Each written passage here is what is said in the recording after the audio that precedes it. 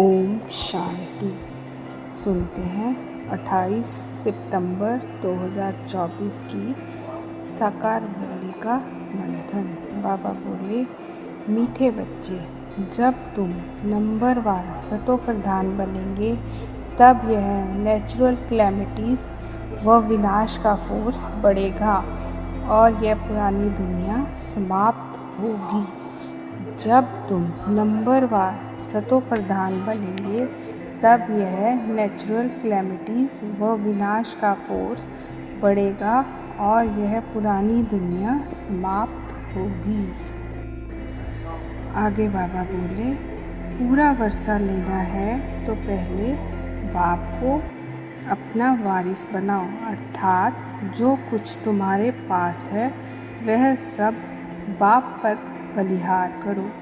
बाप को अपना बच्चा बना लो तो पूरे वर्षे के अधिकारी बन जाएंगे। संपूर्ण पवित्र बनो तब पूरा वर्षा मिलेगा। संपूर्ण पवित्र नहीं तो मोचरा खाकर थोड़ी सी मानी अर्थात रोटी मिल जाएगी। आगे बाबा बोले, बच्चों को सिर्फ एक की याद में नहीं बैठना है, 3 की याद में बैठना है।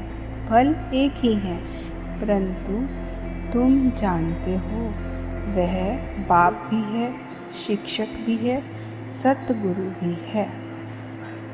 बाप को याद करने से विकर्म विनाश होंगे और बाप से ऊंच पद पाएंगे।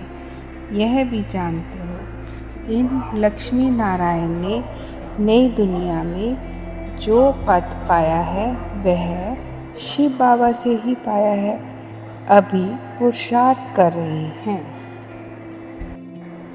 आगे बाबा बोले, तुम अंधश्रद्धा से देवताओं के आगे माथा नहीं झुकाएंगे। देवताओं के आगे मनुष्य जाकर अपने को पतित सिद्ध करते हैं। तुम जब यहाँ बैठते हो तो बुद्धि में सारा ज्ञान धारण होना चाहिए। यह संस्कार आत्मा ले जाएगी। भक्ति के संस्कार नहीं जाने हैं। भक्ति के संस्कार वाले पुरानी दुनिया में मनुष्यों के पास ही जन्म लेंगे। आगे बाबा बोले, जैसे यह बेहद का ज्ञान सागर है, वह है पानी का बेहद का सागर। आकाश तत्व भी बेहद है, धरती भी बेहद है। चलते जाओ, सागर के नीचे फिर धरती है। पहाड़ी किस पर खड़ी है? धरती पर। फिर धरती को खोदते हैं तो पहाड़ निकल आता, उसके नीचे फिर पानी भी निकल आता। सागर भी धरती पर है, उसका कोई अंत नहीं पा सकते कि कहाँ तक पानी है, कहाँ तक धरती है। परमपिता परमात्मा जो बेहद का बाप है उनके लिए बेअंत नहीं कहेंगे, मनुष्य फल कहते हैं। ईश्वर बेअंत है, माया भी बेअंत है, परंतु तुम समझते हो ईश्वर तो बेअंत हो ही नहीं सकता। आगे बाबा बोले, बाप को कहा जाता है ज्ञान का सागर। उनको भक्ति का सारा मालूम है।